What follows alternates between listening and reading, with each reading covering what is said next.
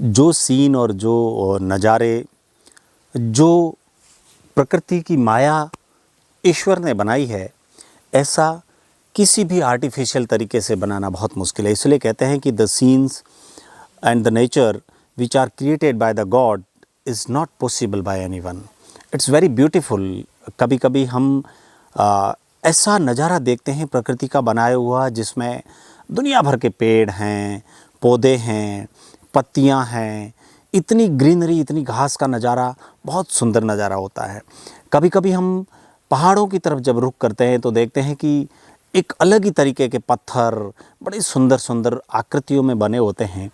ये नज़ारा जो है यह ईश्वर क्रिएट करता है। और इस तरीके के नज़ारे के बीच में जब इंसान अपना कुछ पल का समय बिताता है, तब इंसान को एक अलग तरह का सुख प्राप्त होता है, एक अलग तरीके की शांति, सुख और आनंद की अनुभूति होती है।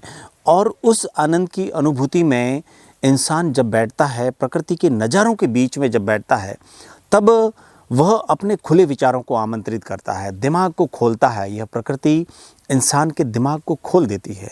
इंसान का दिमाग यहाँ आकर के एकदम से खुल जाता है और विचार अंततः ऑटोमेटिकली स्वतः ही विचार बाहर आने लगते हैं।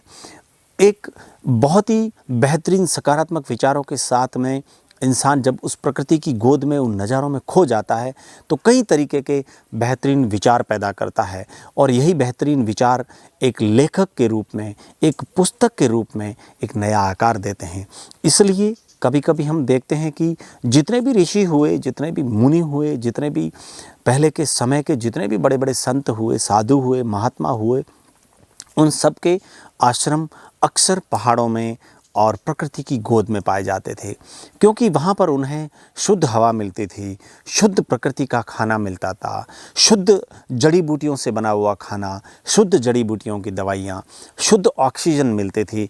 और जब इंसान अपने शरीर में प्रवेश करने वाले खाना, पानी, भोजन, ऑक्सीजन, हवा, इन सारी चीज़ों को शुद्ध अंदर डालेगा, शुद्ध ये सारी चीज़ें इंसान के शरीर में प्रवेश करती हैं, तब इंसान के विचार भी, इंसान की सोच भी शुद्ध हो जाती है।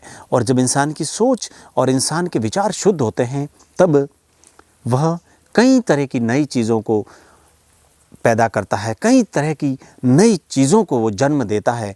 अपने विचारों के माध्यम से देश और दुनिया को कई नई चीज़ें देता है।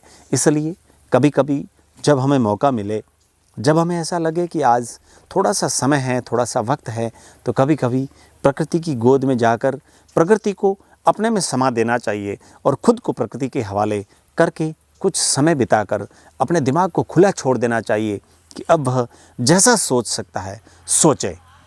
धन्यवाद।